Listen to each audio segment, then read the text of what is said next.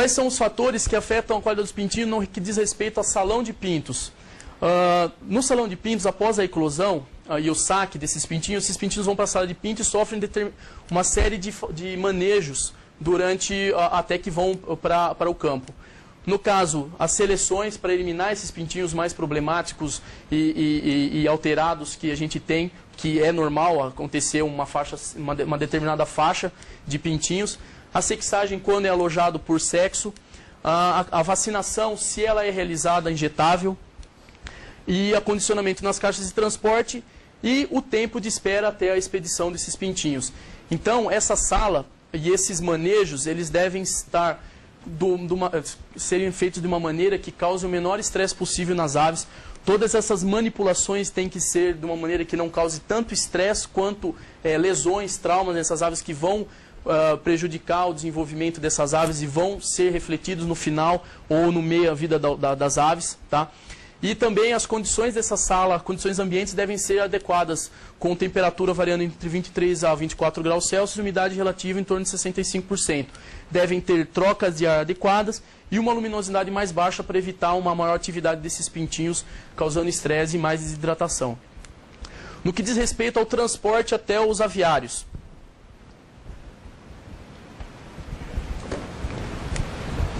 O estado de conservação mecânica desses caminhões é de extrema importância e de preferência estar com o tanque cheio, para não parar no meio do caminho, que às vezes a gente observa esse tipo de fato. Então, esses caminhões eles devem sair dos incubatórios e até a chegada nos aviários, eles não devem ter paradas, nem por problema mecânico, nem por qualquer outro motivo. A questão da limpeza e desinfecção é extremamente importante porque a penugem desses pintinhos é um alto substrato para crescimento bacteriano e contaminação dos pintinhos. As condições de temperatura e ventilações devem ser adequadas para evitar mais desidratação e estresse.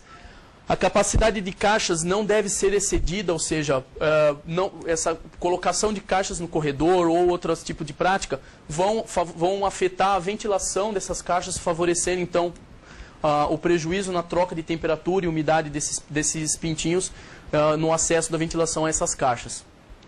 Com certeza, viagens sem solavancos, sem muito passar em buraco, numa velocidade adequada para que não ocorra trauma, estresse ou queda dessas caixas no corredor do caminhão. E, com certeza, para isso tudo também necessário a experiência do motorista. Feito isso, essa é a primeira fase ou o primeiro estágio que afeta a qualidade do pintinho. Agora, a partir daqui, o segundo ponto que vou falar brevemente para vocês e que também durante a tarde vamos ter palestras a respeito disso, é a nossa função. Nós que estamos no campo, então temos que manter essa qualidade do pintinho que veio para a gente. Através de que tipo de procedimentos?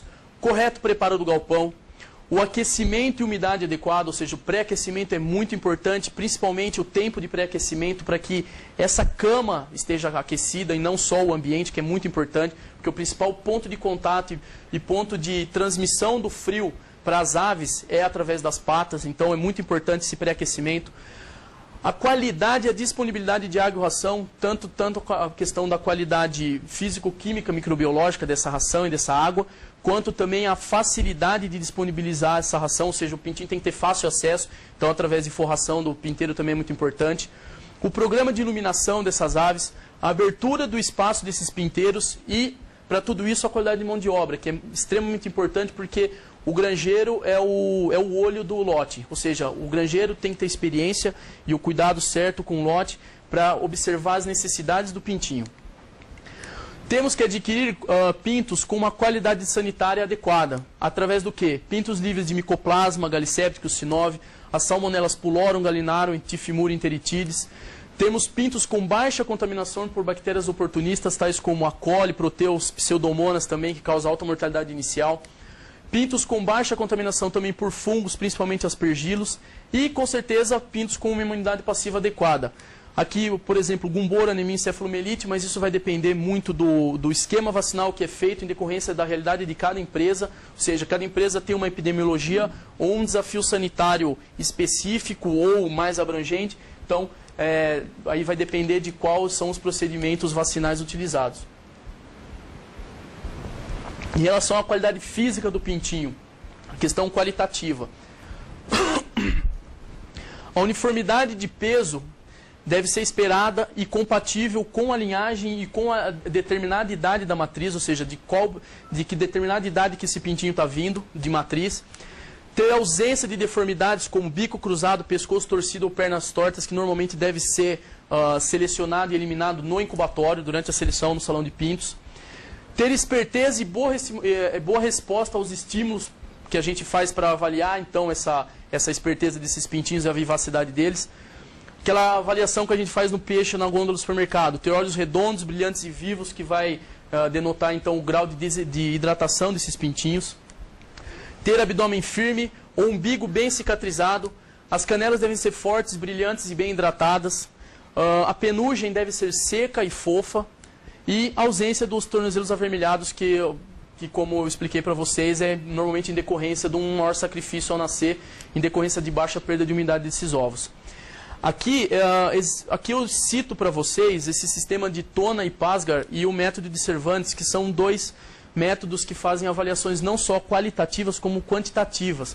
Como, por exemplo, coletar uma amostra de pintinhos e necropsiá-los para avaliar a proporção de peso de gema com o peso do pintinho, medidas de bico até a ponta do dedo das aves, medidas interdigitais da pata do pintinho, que são medidas quantitativas, além de tomada de peso dessas aves, uniformidade, que depois eles estabelecem correlações com o desempenho final do frango. Eu não vou estar abordando esse assunto com vocês, mas quem tiver interessado, meu e-mail vai estar no final, eu passo um cartão, eu posso passar esses materiais para vocês. Aqui, então, uma qualidade de um pintinho adequada, penugem seca, fofa, sem deformidades, pernas bem hidratadas e brilhantes, olhos vivos, redondos e brilhantes, esperteza. Aqui um exemplo de efeito de altas temperaturas de incubação.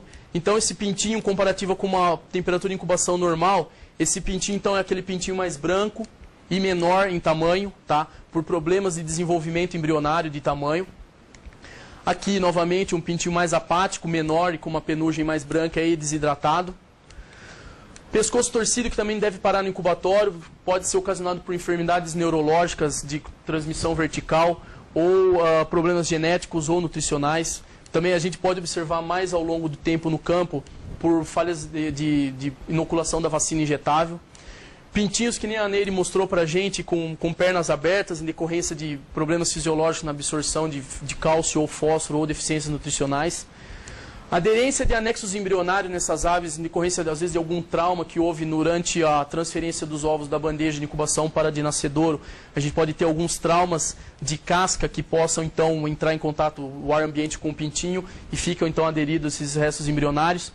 Pintinhos arrepiados e pegajosos por baixas temperaturas de incubação ou altas umidades de nascedouro ou de incubação, ou também explosão de ovos contaminados no nascedouro.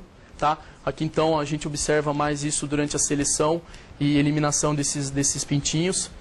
A desidratação de pernas, que pode ser compreendida desde já, então, do nascedouro até o momento da expedição, o momento do alojamento. A gente observa, então, as pernas não brilhantes, enrugadas, tá? Bem desidratadas. A gente consegue, então, observar aqui a presença da veia metatarsiana, que é um dos indicativos de alta desidratação desses pintos.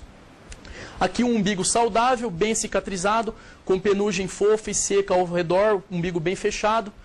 Aqui a má cicatrização de umbigo, principalmente em decorrência de altas temperaturas, o momento de fechamento do umbigo e absorção do saco vitelino para o interior da cavidade celomática vai ser prejudicado porque o umbigo ele fecha mais rápido do que o tempo de absorção desse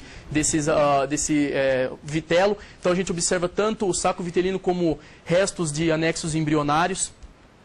Aqui novamente, aqui um grau de onfalite com perda de absorção do saco vitelino. Aqui aquela questão dos botões pretos, que também dizem respeito a altas temperaturas com um fechamento mais rápido do umbigo, então representado por essas regiões, também altas umidades.